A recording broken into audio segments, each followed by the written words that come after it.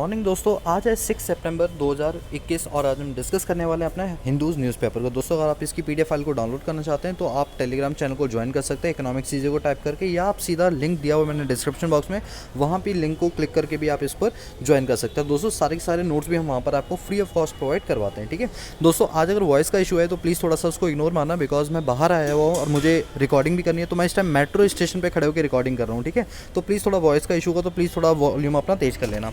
Start करते हैं अपने पास। सबसे पहली चीज़ यहाँ पर सबसे इंपॉर्टेंट जो न्यूज़ निकल के आ रही है, that is 12-year-old dies at nympha repair in. अब मेरी बात तो सुनो, देखो आपने सुना होगा कई टाइप के वायरस होते हैं, जैसे कोविड है वो भी एक वायरस ही तो है, कोरोना वायरस। इसी तरह कई सारे वायरसेस होते हैं जो ज़रूरी नहीं कि ये बायोलॉजिकल बनाए गए हों, ये एनिमल टू ह्यूमन में भी ट्रांसमिट हो सकते हैं और ह्यूमन टू ह्यूमन में भी ट्रांसमिट हो सकते हैं। तो यहाँ पर जो है इंडिया के लिए एक बहुत ख़राब एक बात निकल के आई है कि 12 साल का एक बच्चा था जिसको एक वायरस हुआ जिसका नाम है निम्फा वायरस। ये जो निम्फा वायरस है ये जानवरों में पाया जाता है और ये जानवरों से सीधा इंसानों में क्या हो जाता है, ट्रांसमिट हो जाता है।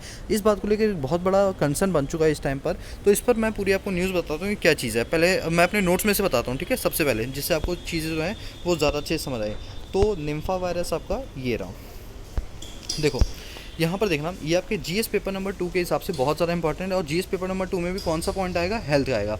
वायरस का नाम है NIV, शॉर्ट में बोलते हैं, जिसको बोलते हैं निम्फा वायरस। अभी जो निम्फा वायरस है ये बेसिकली क्या होता है, ये आपके जैसे जो चमगादड़ होते हैं ये उनसे फैलता है। अब आप कहोगे सर कोविड भी तो चमगादड़ से फैलता है। नहीं दोस्तों, अभी उसका ऑफिशियली कहीं रिलीज़ नहीं हुआ है, ऐसा हम बोलते थे लेकिन अभी ऑफिशियली डिक्लेयर नहीं हुआ। बट जो निम्फा वायरस है ये जैसे पिग्स हो गया, एनिमल्स हो गए, खासतौर पर पिग्स और जो चमगादड़ होते हैं इनसे फैलता है इंसानों में, और फिर इंसानों से एक दूसरे इंसान के अंदर ये चीज़ फैल जाती है। अगर हम इसमें बात करें तो ये एक जोनेटिक वायरस है। अभी आप कहोगे सर जोनेटिक वायरस क्या होता है, जोनेटिक वायरस वो होते हैं जो एनिमल से ह्यूमन की ओर फैलते हैं। ध्यान देना, यहाँ पर जीएस पेपर नंबर 2 हेल्थ में बहुत ज़्यादा इंपॉर्टेंट पॉइंट है। पूछा जा सकता है जेनेटिक वायरस कौन से होते हैं, तो जेनेटिक वायरस कौन से होते हैं जो कि आपके एनिमल से ह्यूमन में फैलते हैं। अब इसके अंदर क्या होता है, ये जो निम्फा वायरस होता है ये एक RNA टाइप का वायरस होता है, जिसके अंदर क्या होता है कि कई टाइप के जीनोम्स इसके अंदर पाए जाते हैं। ये जो वायरस होता है ये क्या करता है, एक इंसान से दूसरे इंसान में या फिर एक जानवर से दूसरे इंसान के अंदर क्या कर सकता है, फैल सकता है। सबसे पहले इस वायरस को जो पाया गया था वो मलेशिया और सिंगापुर में पाया गया था। सबसे पहले जो मलेशिया में पाया गया था ये सन 1998 के अंदर वायरस पाया गया था। और अगर हम बात करें सिंगापुर की तो ये 1999 के अंदर सबसे पहले इस वायरस को पाया गया। इसके बाद यहाँ पर बात करते हैं कि ये किन किन चीज़ों में पाया जाता है। जैसे जो डोमेस्टिक पिग्स होते हैं इनके अंदर ये वायरस पाया जाता है, डॉग्स के अंदर, कैट के अंदर, गोट, हॉर्स और शीप, ये सारे जो जानवर हैं इनके अंदर ये वायरसेस क्या होते हैं, पाए जाते हैं। इसके बाद अब इनके ट्रांसमिशन की बात करें तो ये बहुत जल्दी जो है वो फैलते हैं। और क्यों ज़्यादा फैलते हैं, बिकॉज हम ऐसे जो जानवर जो घरों में पाले जाते हैं इनसे हमारा कॉन्टैक्ट जो है वो ज़्यादा बना रहता है।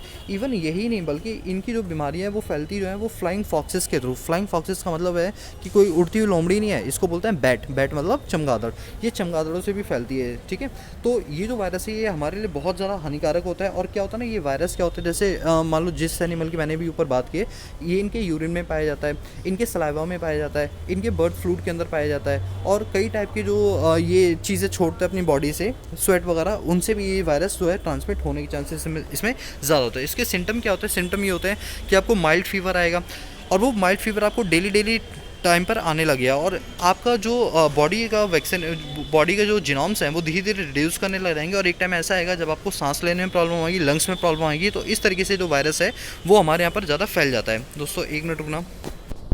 हाँ जी, तो ये वायरस बहुत तेज़ी से यहाँ पर फैल जाता है। ठीक है, इसके बाद इसमें ये सारे सिम्टम्स वगैरह है। तो आई होप कि आपको इसका पूरा डिटेल डिस्कशन मिल गया होगा, क्योंकि अब हमने हिंदू न्यूज़पेपर में यही रखा है कि जो हमारे एग्जाम प्रोस्पेक्टिव से ज़्यादा इंपॉर्टेंट है उस पर मैं नोट्स भी बनवाऊंगा। क्योंकि तो न्यूज़पेपर तो हमें कोई एंकरिंग थोड़ी करनी है, हमें बेसिकली करना क्या है कि हमें न्यूज़पेपर से अपने टॉपिक को कनेक्ट करना है। ठीक है, तो आई होप आपको ये तरीका मेरा बहुत पसंद आ रहा होगा, और ना है तो प्लीज़ बता देना, और आ रहा हो तो प्लीज़ वो भी बता देना। ठीक है, तो ये था यहाँ पर। और आप देख सकते हैं किस तरह से जो बच्चा जिसकी डेथ हुई है उसको गाड़ने के लिए किस तरह से हेल्थ वर्कर हैं जो उसके लिए मिट्टी गाड़ रहे हैं, किस तरह से उन्होंने पूरी PPE किट पहनी हुई है।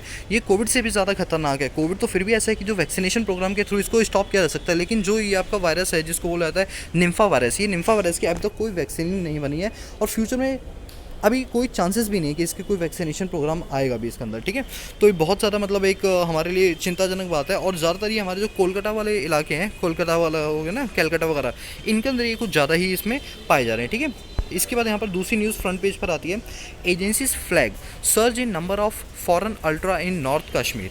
अब मैं आपको बताता हूँ, जैसे हमारा जो कश्मीर का इलाका है, ठीक है, कश्मीर में अभी आपको पता होगा जो लद्दाख वाला इलाका है उसको ख़त्म कर दिया। चलो एक काम करता हूँ, मैं इस पर आपको नोट्स दिखाता हूँ तो आपको ज़्यादा अच्छे से समझ आएगा। ये आप यहाँ पर देखो, इस मैप को ध्यान दो। इस मैप के अंदर आप ध्यान दे पाएंगे कि ये जो पूरा मैप है ये जम्मू एंड कश्मीर का है। इसके अंदर जो राइट साइड वाला इलाका है ये चाइना ने ऑक्यूपाई कर लिया। जो राइट साइड बिल्कुल आप देख रहे हो ना, राइट साइड पे एक लाइन बाउंड्री खिंची हुई है, ये इलाका चाइना ने ले लिया, मतलब कब्जा कर लिया। फिर ये था हमारा जो बिल्कुल सेंटर में आप देख पा रहे हो, ये हमारा लद्दाख का इलाका है जिसमें कारगिल वगैरह का युद्ध है। और जो बिल्कुल लेफ्ट साइड नीचे देख रहे हो, लेफ्ट साइड बिल्कुल नीचे देखो JNK लिखा हुआ है, ये आपका जम्मू का इलाका था। इसको लेकर एक बहुत बड़ा कंसर्न बना हो। तो मैं आपको बता दूं थोड़ा सा हमारे एग्जाम प्रोस्पेक्टिव से, तो आपको पहले बताता हूँ ये हमारे प्रीलिम्स वाले क्वेश्चन के अंदर ज़्यादा पूछा जाता है। अब ये लद्दाख का जो इशू है वो क्या है, पहली बात ये सुनो कि 31 अक्टूबर 2019 को जो लद्दाख था इसको हमने एक यूनियन टेरिटरी की तरह डिक्लेयर कर दिया। जैसे पहले हमारे पास यूनियन टेरिटरी जो थी वो 7 थी, फिर इसको बढ़ा के एक 8वीं यूनियन टेरिटरी यहाँ पर बन गई। कब बनी? 31 अक्टूबर 2019 के अंदर बनी। अब क्या था कि इस टेरिटरी के बनने से पहले ये क्या था, पूरा जम्मू एंड कश्मीर एक स्टेट की तरह दर्जा इसको दिया गया था, लेकिन बाद में हमने इसको डिवाइड करके एक यूनियन टेरिटरी की तरह इसको दर्जा दे दिया। अगर हम बात करें तो जितने भी 8 हमारी जो यूनियन टेरिटरीज हैं उनके अंदर पॉपुलेशन की अगर हम बात करें तो सेकंड सबसे कम पॉपुलेशन इसी यूनियन टेरिटरी के अंदर पाई जाती है। अब आपका क्वेश्चन ये है, मैं आपको बताता हूँ, आप कमेंट करना कि वो कौन सी यूनियन टेरिटरी जिसकी पॉपुलेशन सबसे कम है, सबसे कम है। उसके बाद सेकंड नंबर पे जो सबसे कम आती है वो कौन सी आती है, हमारी लद्दाख आती है। लद्दाख जो यूनियन टेरिटरी वो आती है, ठीक है। इसके बाद ये हमारे नॉर्दर्न हिमालय रीजन में पाया जाता है। और ये सारी इसकी थोड़ी सी मैंने यहाँ पर हिस्ट्री आपको दे रखी है, तो आप इसको पढ़ लेना, ठीक है। ये आपके लिए एग्जाम प्रोस्पेक्टिव से बहुत ज़्यादा इंपॉर्टेंट होगी, ठीक है।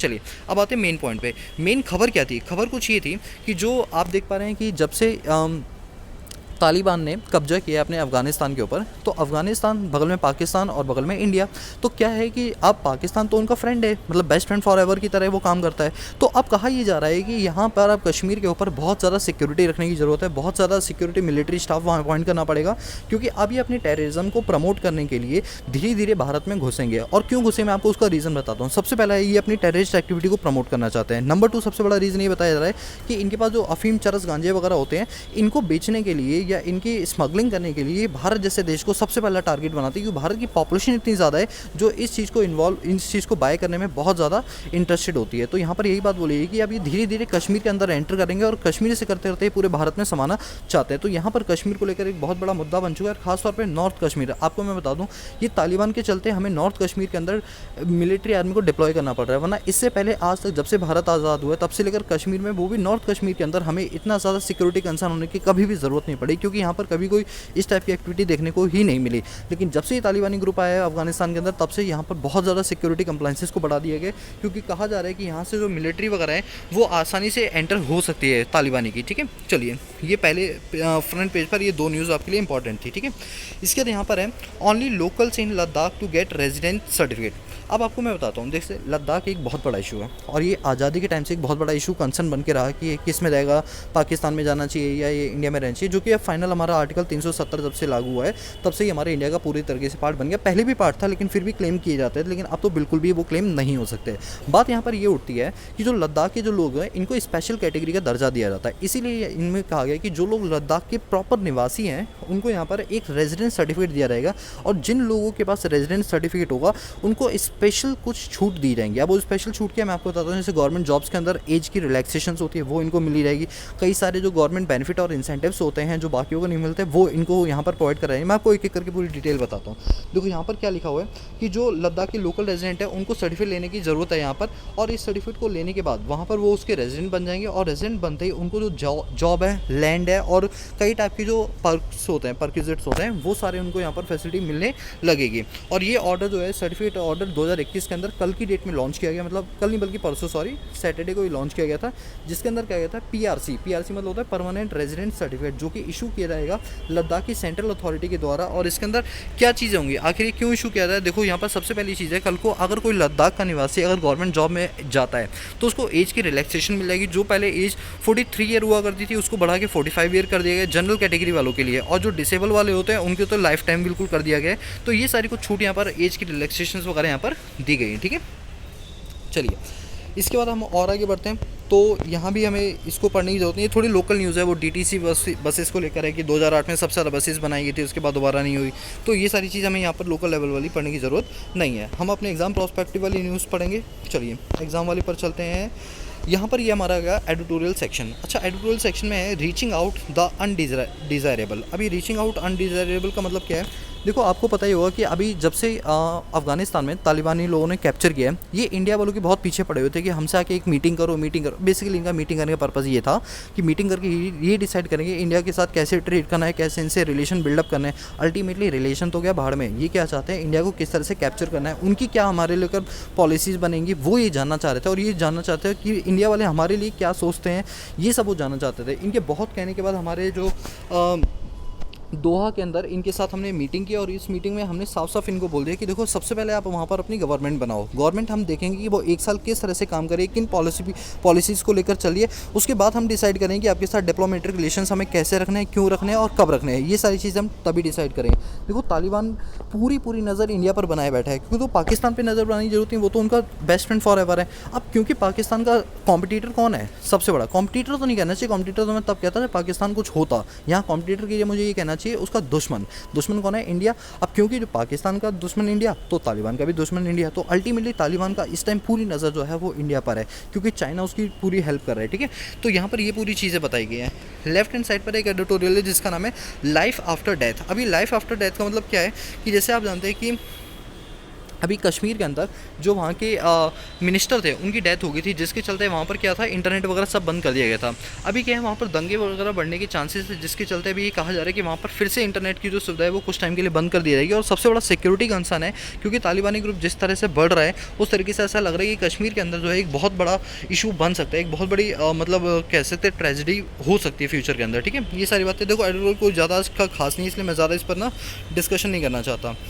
इसके बाद है ट्रू मेटल। अभी ट्रू मेटल में क्या बोला गया? इंफ्रास्ट्रक्चर इंप्रूवमेंट को लेकर बोला गया। और कौन सा इंफ्रास्ट्रक्चर? भाई साहब, ओलंपिक्स का। मैं आपको रिपीट कर दूं कि अभी टोक्यो के अंदर 2 टाइप के ओलंपिक्स हुए थे। एक नॉर्मल ओलंपिक्स जिसमें जो फिट लोग होते हैं वो लिए जाते हैं, और एक होता है पैरा ओलंपिक्स। पैरा ओलंपिक्स में कौन से लोग पार्टिसिपेट करते हैं? जो लोग जिनके पैरालाइज मतलब बॉडी में कहीं ना कहीं कोई डिसेबिलिटी होती है, जिनके पास प्रॉपर सर्टिफिकेट होता है, उस चीज़ का सर्टिफाइड होते हैं कि हाँ ये डिसेबल है, उनको प्रमोट करने के लिए, ताकि वो डिस्करेज ना हो जाए। अगर उनका स्पोर्ट्स में मन है तो उनके स्पोर्ट्स को भी इंकरेज करने के लिए उनके भी कॉम्पिटिशन रखे जाते हैं, जिनको बोला जाता है पैरा ओलंपिक्स। आप जानते हैं जैसे हमारे ओलंपिक्स खत्म हुए थे, वैसे पैरा ओलंपिक्स वहाँ पर स्टार्ट हुए थे। दोस्तों, आज तक भारत की हिस्ट्री में हमने max to max para Olympics में 1 से 2 या 3, मैक्स टू मैक्स 3 ही मेडल जीते होंगे। लेकिन भारत में पहली बार ऐसा हो रहा है कि हमने बहुत सारे मेडल्स इसके अंदर जीते। मैं आपको बता दूं, यहाँ पर हमने 19 मेडल जीते हैं। अभी जो 2021 में अभी कल ही ये हमारा खत्म हुआ है, इसके अंदर हमने टोटल 19 मेडल्स जीते हैं। यहाँ पर देखो लिखा हुआ है, आप इसको पढ़ो। यहाँ पर लिखा हुआ है कि अभी हमने जो है पहली बात तो वर्ल्ड में जितने भी कंट्रीज़ जिन्होंने इसमें पार्टिसिपेट किया, उसमें हम 24वें स्थान पर आते हैं। 24th रैंक हमारी आती है। ठीक है, उसमें भी हमने कितने मेडल जीते हैं? 19 मेडल जीते हैं, जिसके अंदर 5 गोल्ड मेडल है, 8 सिल्वर मेडल है और 6 ब्रॉन्ज मेडल है। दोस्तों, ये जितने भी स्टेट लेवल के एग्जाम्स होते हैं ना, उनमें ये क्वेश्चंस बहुत पूछे जाते हैं, बल्कि उनमें तो एथलीट्स के नाम भी पूछे जाते हैं। फिलहाल मैं उतना ज़्यादा डीप में नहीं जाऊँगा, बट ज़रूरत पड़ेगी तो मैं बिल्कुल उसके अंदर जाऊँगा। बट अभी आप क्या समझोगे? अभी आप ये समझो कि पैरा ओलंपिक्स के अंदर इंडिया ने टोटल 19 मेडल जीते हैं। नंबर 2 आपको ये याद करना है कि इंडिया की जो कौन सी पोजीशन है वर्ल्ड के अंदर, 24th पोजीशन है पैरा ओलंपिक्स के अंदर। इंडिया ने गोल्ड मेडल कितने जीते हैं? इंडिया ने गोल्ड मेडल टोटल 5 जीते हैं, सिल्वर मेडल 8 जीते हैं, ब्रॉन्ज मेडल उसने 6 जीते हैं। और ये एक बहुत बड़ी विक्ट्री है। मतलब इतने सालों से जो हम देखते आ रहे हैं, इससे ये पता चलता है कि हमारे इंडियंस लोगों के अंदर स्पोर्ट्स को लेकर कितना ज़्यादा क्रेज़ है, जो हमें लगता था कि नहीं था। बट अब समझ आ रहा है, जितना इंडिया को प्राउड मूवमेंट हमारे ओलंपिक्स में नहीं कराएगा, उससे कहीं ज़्यादा तो पैरा ओलंपिक्स में कराएगा। इससे हमें ये लगता है कि देखो हमारे इंडियंस कितने ज़्यादा स्ट्रेंथ, सिर्फ उनकी बॉडी पैरालाइज है लेकिन उनका दिमाग पैरालाइज नहीं है। उन्होंने दिमाग में सोच रखा है कि हमें जीतना है तो मतलब जीतना है। ये इस बात को बताता है कि लाइफ में चाहे कितनी भी प्रॉब्लम्स आ जाएं, हमें हार नहीं माननी है। चाहे पैर टूट जाए, हाथ टूट जाए, डिसेबल हो जाए, स्टिल हम लड़ते रहेंगे। इससे हमें बहुत कुछ सीखना चाहिए। ये सिर्फ न्यूज़ नहीं है दोस्तों, ये लाइफ का एक लेसन है, जिससे आपको ये सीखना चाहिए कि लाइफ में हार तो बिल्कुल किसी भी स्टेज में नहीं माननी है। आप लाइफ में कितनी भी बार फेल हो, लेकिन याद रखना हर फेलियर ही एक दिन सक्सेसफुल बनता है। कोई इंसान पैदाइशी सक्सेसफुल कभी नहीं होता। तो यहाँ से आप लोगों को भी एक लेसन लेना चाहिए मेरे हिसाब से। ठीक है, चलिए इसके बाद यहाँ पर हम बात करते हैं इस वाले सिस्टम को, इस वाले एडिटोरियल को मैं नहीं पढ़ा रहा क्योंकि मुझे कुछ खास इंपॉर्टेंट नहीं लगा। अब यहाँ पर बात करते हैं, ये बहुत इंपॉर्टेंट न्यूज़ है। ये वाली न्यूज़ दोस्तों एग्जाम पर्सपेक्टिव से और उससे कहीं ज़्यादा नॉलेज पॉइंट ऑफ व्यू से हमारे लिए इंपॉर्टेंट है। वो क्या?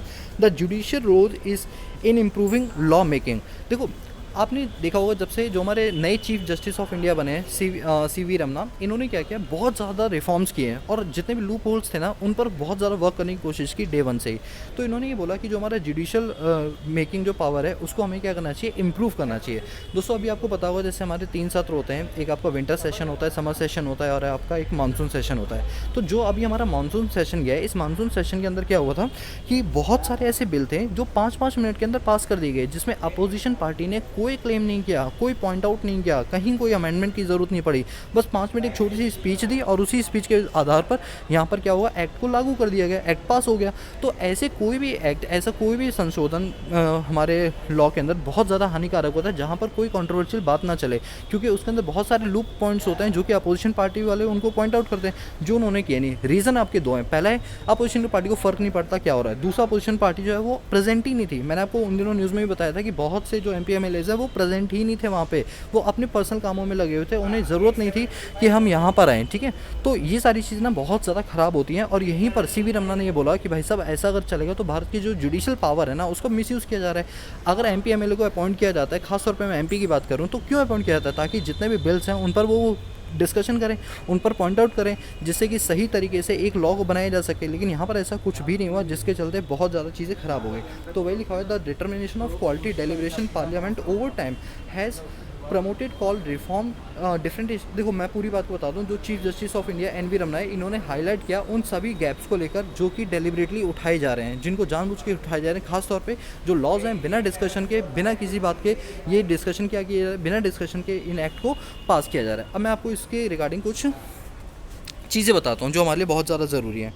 चलो मैंने इसके लिए नोट्स भी बना रखे हैं, ये देखो जुडिशियल रिव्यू करके, ये हमारे GS paper number 2 judicial review के लिए बहुत ज़्यादा इंपॉर्टेंट है। इसके अंदर क्या लिखा हुआ है, ये एक ऐसी कोर्ट की प्रोसीडिंग होती है जिसमें जजेस को रिव्यू करने का एक मौका दिया जाता है। बात ये है कि कोई भी जब एक्ट लागू किया जाता है लोकसभा और राज्यसभा के अंदर, तो वहाँ पर क्या होता है कि जो जजेस होते हैं, जब कोई भी डिसीजन सुनाया जाता है उसके बाद जजेस को एक ऑफर मिलता है, जजेस को एक मौका मिलता है कि जितने भी उन्होंने डिसीजन लिए उनको दोबारा से एक बार रिव्यू करने का, कि कहीं ऐसा तो नहीं उन्होंने कोई गलत डिसीजन ले लिया हो। अब सोच के देखो, अगर जजेस उस चीज़ को दोबारा रिव्यू नहीं करेंगे तो क्या वो अपनी गलतियों के बारे में पता कर पाएंगे? The answer is no. तो यहाँ पर रिव्यू पॉलिसी चलाना बहुत ज़्यादा हमारे लिए इंपॉर्टेंट होता है। अगर हम दूसरे शब्दों में बात करें तो रिव्यू से ये पता चलता है कि कहीं कोई, अगर हमने गलत डिसीजन ले लिया बाय मिस्टेक, ये नहीं कहा जा रहा जानबूझ के, अगर बाय मिस्टेक कोई गलत डिसीजन ले लिया तो उसको दोबारा से रिट्रीव कर सकते हैं। तो इस चीज़ को लेकर यहाँ पर बात की जा रही है, जो कि आजकल के जजेस थोड़ा उन चीज़ों पर ध्यान नहीं दे रहे हैं। अगर हम बात करें लॉ की, तो कोई भी लॉ जब बनाया जाता है तो लेजिस्लेचर के अंदर उसका एक करेक्ट प्रोसीजर होता है कि पहले वो लोकसभा में जाएगा, राज्यसभा में जाएगा, फिर प्रेसिडेंट की असेंट। अब ये लोकसभा राज्यसभा में जाने के पीछे का रीज़न क्या है कि जितने भी MP MLAs है वो इन चीज़ों को देखेंगे, उनकी एक एक कॉपी सबको दी जाएगी और वो उस पर क्या करेंगे, गहन डिस्कशन करेंगे और कहेंगे कि ये चीज़ें चेंज होनी चाहिए या ये चीज़ें ख़राब है या ये चीज़, जैसे GST था, जब GST आया था बहुत से राज्यों ने कह दिया था नहीं हम अप्लाई नहीं करवाएंगे क्योंकि इसमें ये वाला पॉइंट गलत है। तो ऐसे करते करते उसमें कई सारे संशोधन यानी अमेंडमेंट्स किए गए, तब जाके GST का लॉ जो है वो एप्लीकेबल हो पाए। ठीक उसी तरह से कहा है कि कोई भी जब लॉ बनता है तो उसमें क्या करना चाहिए, हमें प्रॉपर डिस्कशन करना चाहिए। कहाँ पर? अपनी जुडिशियल बॉडी जो हमारा मंदिर है, जो कि लोकसभा और राज्यसभा है। तो ये बातें सारी यहाँ पर बोली गई हैं और वही सारी चीज़ें यहाँ पर लिखी हुई है कि जो अब ये सारी चीज़ें कहाँ से स्टार्ट हुई थी, ये इंदिरा गांधी वर्सेस राज नारायण केस से स्टार्ट हुई थी, जहाँ पर ये कहा गया था कि हर जितने भी जस्टिस ऑफ इंडिया होता है उनको अपने डिसीजन पर एक बार रिव्यू ज़रूर करना चाहिए। ये इस वाले केस से डिसाइड हुआ था, ठीक है। तो ये सारी चीज़ें, ये नोट्स के तौर पे मैं आपको टेलीग्राम चैनल पे प्रोवाइड करवा दूंगा, वहाँ पर ये सारी चीज़ें देख लेना। अब ये सब चीज़ें क्यों की जाती है, ताकि एक इंसान के राइट को प्रोटेक्ट किया जा सके, उसको फेडरल चीज़ें दी जा सके, मतलब वो फ्रीली तरीके से अपने डिसीजन को दे सकता है, सिक्योरिटी, मतलब कई सारे कंसर्न्स हैं। अब देखो बहुत ज़्यादा मैं डिटेल में नहीं जाऊँगा एक एक पॉइंट, क्योंकि मैं यहाँ पर कोई कॉन्सेप्ट समझाने नहीं बैठा हूँ। मैं क्या कर रहा हूँ कि जो चीज़ें आपको कोरिलेट करा सकता हूँ आपके एग्जाम पॉइंट ऑफ व्यू से, वो आपको करा रहा हूँ। हाँ, अगर किसी पॉइंट में दिक्कत आती है प्लीज़ मुझे बताना, मैं आपकी बिल्कुल हेल्प करूँगा, ठीक है। चलो अब दोबारा से आते हैं यहाँ पर, तो आपको समझ आएगा होगा यहाँ से। बस आपको एक चीज़ समझनी है, वो क्या, कि जो हमारा जुडिशली रोल है हमें उसको इम्प्रूव करने की ज़रूरत है। अगर कोई डिसीज़न बिना किसी सलाह मशवरा के, बिना किसी डिबेट के अगर हम पास करते हैं तो ये चीज़ हमारे भारत के संविधान के लिए और भारत की डिग्निटी के लिए और यहाँ के नागरिकों के लिए, तीनों चीज़ों के लिए बहुत ज़्यादा ख़राब है, ठीक है। चलिए इसके बाद हम और आगे चलते हैं। यहाँ पर ये वाला आर्टिकल उससे ज़्यादा इंपॉर्टेंट है, national monetisation pipeline and infrastructure deficit. मैं आपको बता दूँ, काफ़ी दिनों से ये न्यूज़ में चल रहा है कि जो हमारे यहाँ पर इंफ्रास्ट्रक्चर प्रोजेक्ट्स हैं जो खाली गवर्नमेंट के पास पड़े, जैसे गवर्नमेंट के पास खाली लैंड पड़ी हुई है, कोई बिल्डिंग पड़ी हुई है, तो उसमें क्या करते हैं गवर्नमेंट अब ये चाह रही है कि क्यों ना इनसे हम पैसा कमाए। देखो पैसा कमाने के दो तरीके हैं। Number one is called disinvestment. Disinvestment मतलब क्या होता है कि जो भी गवर्नमेंट के पास लैंड वगैरह पड़ी है उसको बेच दे। देखो बेच के पैसा कमाना तो मतलब ये कोई सही चीज़ नहीं है, ये तो एक आवारागर्दी और एक ना समझी वाली बात है कि अगर आप कोई चीज़ बेचोगे तो पैसा मिल जाएगा, लेकिन वो पैसा कब तक चलेगा कुछ पता नहीं। तो ऐसे में कहा ही जा रहा है कि क्यों ना ऐसा कुछ काम किया जाए कि जो एसेट्स भी गवर्नमेंट की बनी रहे और पैसा भी मिलता रहे। तो इस बात को लेकर कंसर्न होकर क्या बोला है गवर्नमेंट ने, अपनी जितनी भी खाली लैंड एंड प्रॉपर्टीज़ हैं, कोई भी गवर्नमेंट प्रॉपर्टी है, कोई भी ऐसी पीएसयू जो गवर्नमेंट नहीं चला सकती है, उसको किराए पर उठा दे। किराए पर उठाने का मतलब यहाँ पर लीज से है, रेंट नहीं है। जब भी कोई लंबे समय के लिए किराए पर उठाया जाता है तो उससे रेंट नहीं बोलते, उसे लीज़ बोलते हैं। अब लीज़ में भी ऑपरेटिंग लीज़ होता है, फाइनेंशियल लीज़ होता है। खैर मैं इतना डिटेल नहीं जा रहा, बात करूँ लीज़ की। तो लीज़ पर यहाँ पर उठाने का मतलब ये कि गवर्नमेंट चाहती है कि प्रॉपर्टी उसी के नाम रहे, मतलब गवर्नमेंट के नाम रहे, लेकिन उसका बदले एक किराए लमसम अमाउंट पब्लिक सेक्टर से मिलता रहे। चलो मैं इसके ऊपर नोट्स बताता हूँ आपको, नोट्स मैंने बनाए हुए, ध्यान देना। National monetisation pipeline. अब यहाँ पर बात चलिए, ये हमारे जीएस पेपर नंबर 3 के लिए बहुत ज़्यादा इंपॉर्टेंट है और टॉपिक का नाम क्या है, मोनेटाइजेशन ऑफ रिसोर्स। मोनेटाइजेशन का मतलब होता है कि जो रिसोर्सेज है उनको मनी में कन्वर्ट कर देना बिना उसको बेचे, बिना उसकी डिसइन्वेस्टमेंट किए। अब ये मेगा सेल स्कीम चल रही है जिसके अंदर गवर्नमेंट अपने जो एसेट्स है, नेशनल एसेट्स है, उनको रेंट पर उठा के, लीज पर उठाकर वो 6 लाख करोड़ रुपये वसूलेगी। मतलब 6 लाख करोड़ की यहाँ पर गवर्नमेंट को आमदनी होगी और इस पैसे को गवर्नमेंट क्या करेगी, इंफ्रास्ट्रक्चर प्रोजेक्ट के लिए खर्च करेगी। इसमें कौन कौन सी चीज़ आती है, आपकी नेशनल हाईवेज आती हैं। अच्छा, नेशनल हाईवेज को प्राइवेटाइज नहीं बोलना चाहिए, बल्कि ये बोलना चाहिए रेंट पर दे देना। तो जब कोई प्राइवेट प्लेयर नेशनल हाईवेज को लेगा रेंट पर तो क्या करेगा, वो उसे टोल प्लाजा चार्ज करेगा और बीच में जैसे आपने देखे होंगे कई सारे आपको होटल्स मिलते हैं, कई सारे ढाबे मिलते हैं, उनसे रेंट वसूलेगा। तो प्राइवेट सेक्टर को वहाँ से इनकम हो जाएगी और वो लमसम अमाउंट गवर्नमेंट को हर साल पे करती रहेगी। तो नेशनल हाईवेज हो गया, रेलवेज एसेट्स हो गया, पावर ग्रिड हो गया, नेचुरल गैस पाइपलाइन हो गई, BPCL, BEML, SCI, telecom, airport, ports, warehouse, mining और स्टेडियम। ये सारी जो चीज़ें हैं जो गवर्नमेंट की संपत्ति है, इनको वो किराए पर उठाना चाहती है, वो भी लॉन्ग टर्म के लिए, मिनिमम 10 साल, 15 साल, 20 साल, 50 साल, ऐसे वो किराए पर उठाना चाहती है प्राइवेट सेक्टर को और बदले में एक मुश्त वो पैसा लेना चाहती है। और कहा जा रहा है कि इस स्कीम के तहत गवर्नमेंट 6 करोड़ रुपए क्या कर लेगी, वसूल कर लेगी। ठीक है, तो अब यहाँ पर क्या क्या चीज़ आ रही है, देखो फिस्कल पॉलिसी। देखो हमारे पास कई टाइप की पॉलिसी होती है, जिनमें से एक होती है फिस्कल पॉलिसी, जिस पर पूरा गवर्नमेंट का कंट्रोल होता है। गवर्नमेंट ये आइडेंटिफाई करती है कि किस तरह से हमें इकॉनमी के अंदर जो है चीज़ों को चेंज करना है इस तरीके से कि इकॉनमी को उससे बेनिफिट पहुँचे। तो अभी रिसेंटली गवर्नमेंट ऑफ इंडिया ने क्या किया है, एक स्कीम लॉन्च की है जिसको बोलते हैं नेशनल मोनेटाइजेशन पाइपलाइन। अच्छा, पाइपलाइन का मतलब ये मत समझना कि पानी की पाइपलाइन वगैरह डलती है, इसका नाम है सिर्फ। पाइपलाइन का मतलब होता है कि दो चीज़ों को कनेक्ट कर देना इस तरीके से कि अपना काम भी होता रहे और पैसा भी आता रहे। ठीक है, तो बोला कि गवर्नमेंट ऑफ इंडिया के द्वारा लॉन्च किया जा रहा है नेशनल मोनेटाइजेशन पाइपलाइन, जिसके तहत क्या बोला जा रहा है कि 6 लाख करोड़ रुपये गवर्नमेंट यहाँ से क्या कर लेगी, वसूल कर लेगी अगले 4 सालों के अंदर। यानी फाइनेंशियल 2022 से इसको लागू किया जाएगा और 2025 तक 6 लाख करोड़ रुपये गवर्नमेंट यहाँ से क्या कर लेगी, वसूल कर लेगी। इसके अंदर क्या होगा कि जितने भी हमारे पास जो ब्राउन फील्ड प्रोजेक्ट्स हैं उनको प्राइवेट सेक्टर के अंदर दे देगी। अब मैं आपको बताता हूँ यहाँ पर दो कॉन्सेप्ट निकल के आ रहे हैं। मोस्ट इंपॉर्टेंट कॉन्सेप्ट है, number 1 is called green field and number 2 is called brown field. मैं आपको बताता हूँ क्या होता है। देखो ग्रीन फील्ड का मतलब ये होता है कि अगर आप किसी ऐसे प्रोजेक्ट में पैसा लगा रहे हो जिसके बारे में आपको कोई खासा नॉलेज नहीं है, एक नई तरीके से आप लगा रहे हो, नॉलेज नहीं कहूँगा, ये कहूँगा एक नई तरीके से पैसा, एक नई तरीके से शुरुआत कर रहे हो, that is called green field FDI। दूसरा होता है brown field FDI। Brown field FDI में क्या होता है कि आप ऑलरेडी इस काम को करते हुए आ रहे हो और आपने सिर्फ उसका एक्सपेंशन किया। लेट सपोज मैंने एक ऐसे मोहल्ले में मकान खरीदा, एक ऐसे मोहल्ले में प्लॉट खरीदा जिसके आसपास मेरा कोई रिलेटिव नहीं है, इवन मेरा खुद का भी कोई मकान वहाँ पर नहीं है, that is called green field FDI। दूसरा होता है ब्राउन फील्ड, जिसके अंदर क्या होगा कि मेरा कोई रिलेटिव वहाँ पर रह रहा होगा और उसके जस्ट बगल वाला मकान मैंने बाई कर लिया होगा। तो इसके अंदर क्या होता है, आपको एक स्ट्रेटेजिक अलायंस मिल जाती है कि एक पावर मिल जाती है जिसमें आपके साथ का भी बंदा उसी काम को कर रहा होता है। तो यहाँ पर यही बात बोली है कि यहाँ पर ब्राउन फील्ड प्रोजेक्ट को जो है वो प्राइवेट सेक्टर के लिए खोल देगा। मतलब जिन कामों में प्राइवेट सेक्टर है उसी काम को गवर्नमेंट भी अपना बेचना चाह रही है, मतलब रेंट पर देना चाह रही है, तो इसे बोलते हैं ब्राउन फील्ड FDI। इसके अंदर क्या होता है, ऑनरशिप और जो राइट्स, ऑनरशिप जो होते हैं वो गवर्नमेंट के रहेंगे, जो राइट्स हैं उसको यूज़ करने के वो प्राइवेट सेक्टर को यहाँ पर दे दिए जाएंगे। तो इस तरीके से ये पूरा फ्रेमवर्क बनाया गया। और ये जो है ना, मैं बात कर रहा हूँ ना इसकी, इस प्रोजेक्ट की, तो इस प्रोजेक्ट के अंदर मोनेटाइजेशन एसेट्स प्रोजेक्ट के अंदर ये प्रोजेक्ट जो है वो यूनियन बजट 2021-22 के अंदर लॉन्च किया गया था, ठीक है, जिसके अंदर यही बोला गया था ना पैसों की कमी चल रही है, तो इस तरह से गवर्नमेंट यहाँ पर पैसे वसूलेगी, ठीक है। अभी करेंटली अगर हम बात करें तो यहाँ पर जो मिनिस्ट्री है वो सेंट्रल पब्लिक सेक्टर एंटरप्राइज है, जो इस पूरे प्रोजेक्ट को क्या करेगा, संभालेगा, ग्रीन फील्ड और ब्राउन फील्ड। तो ये देखो यहाँ पर लिखा हुआ ग्रीन फील्ड वो प्रोजेक्ट होता है जो बिल्कुल स्टार्टिंग से होता है, कंपनी एकदम फ्रेश तरीके से इन्वेस्टमेंट करती है। ब्राउन फील्ड वो होता है जिसके अंदर वो अपने एग्जिस्टिंग प्रोजेक्ट को मॉडिफाई करती है या उसका एक्सपेंशन करती है, ठीक है। आई होप आपको ये दोनों चीज़ें समझ आएगी होंगी, ये दोनों एग्जाम में आई हुई क्वेश्चन है, ग्रीन फील्ड और ब्राउन फील्ड, ठीक है। चलिए अब हम पढ़ते हैं न्यूज़पेपर की ओर। तो यहाँ पर क्या लिखा हुआ है, यहाँ पर यही लिखा हुआ है कि गवर्नमेंट जो होती है अपने इंफ्रास्ट्रक्चर को इस तरीके से डील करना चाहती है कि पैसों से पैसा, और मेरे हिसाब से ये सबसे अच्छा तरीका है, क्योंकि देखो डिसइन्वेस्टमेंट करना, प्रॉपर्टी को बेचकर पैसा कमाना एक सही चीज़ नहीं होती है। ऐसा पैसा कमाओ कि प्रॉपर्टी भी रहे और आपको रेंट भी मिलता रहे, कल को प्रॉपर्टी के रेट बढ़ेंगे, कल को फ्यूचर में गवर्नमेंट 50 साल बेचेगी तो उसको उससे भी पैसा मिलेगा और 50 साल तक उसे रेंट भी कमाने का मौका मिलेगा। This is the best way, और जो गवर्नमेंट करी मेरे हिसाब से बहुत बढ़िया है, क्योंकि गवर्नमेंट के पास इतना सारा बल्क में ज़मीन और एसेट्स पड़ा है ना, उसका यूज़ गवर्नमेंट नहीं कर पा रही है, तो ऑब्वियसली बात है उसको प्राइवेट सेक्टर दे दो। माना कि प्राइवेट सेक्टर उससे पैसा चार्ज करेगा, लेकिन एक रीजनेबल पैसा चार्ज करेगा, क्योंकि भाई पैसा कमाना है अल्टीमेटली हमें, ठीक है। चलो यहाँ पर ये बात होगी। इसके बाद आगे चलें तो यहाँ पर लिखा हुआ है state want to aggressive infiltration. अभी क्या है आप जानते हैं, जैसे मैंने आपको ये न्यूज़ पहले ही कवर कर दी कि JNK के अंदर अब हमें जो है बहुत ज़्यादा स्ट्रिक्टनेस दिखाने की ज़रूरत है, क्योंकि अब जिस तरह से तालिबानी लोगों का कैप्चर बढ़ता जा रहा है, वो लोग हो सकता है आने वाले टाइम के अंदर जम्मू एंड कश्मीर में अपनी सरकार नहीं कहूँगा, लेकिन हाँ कैप्चर करने की कोशिश, टेररिज्म को प्रमोट करने की कोशिश वहाँ पर करेंगे, ताकि उनको ये भारत वालों को ये लगे कि हम किसी से कम नहीं, ठीक है। चलो खैर इस पर मैं ज़्यादा डिबेट नहीं करूँगा। यहाँ पर आप जानते हैं कि कल की डेट में यानी 5 सितंबर 2021 को टीचर्स डे था, जिसको यहाँ पर प्रेसिडेंट ऑफ इंडिया ने क्या किया, प्रेजेंट करते हुए बोला कि जो टीचर होते हैं, इन्होंने अपनी स्पीच बहुत लंबी चौड़ी बोली, मैं उसको एक समरी वे में आपको बताता हूँ।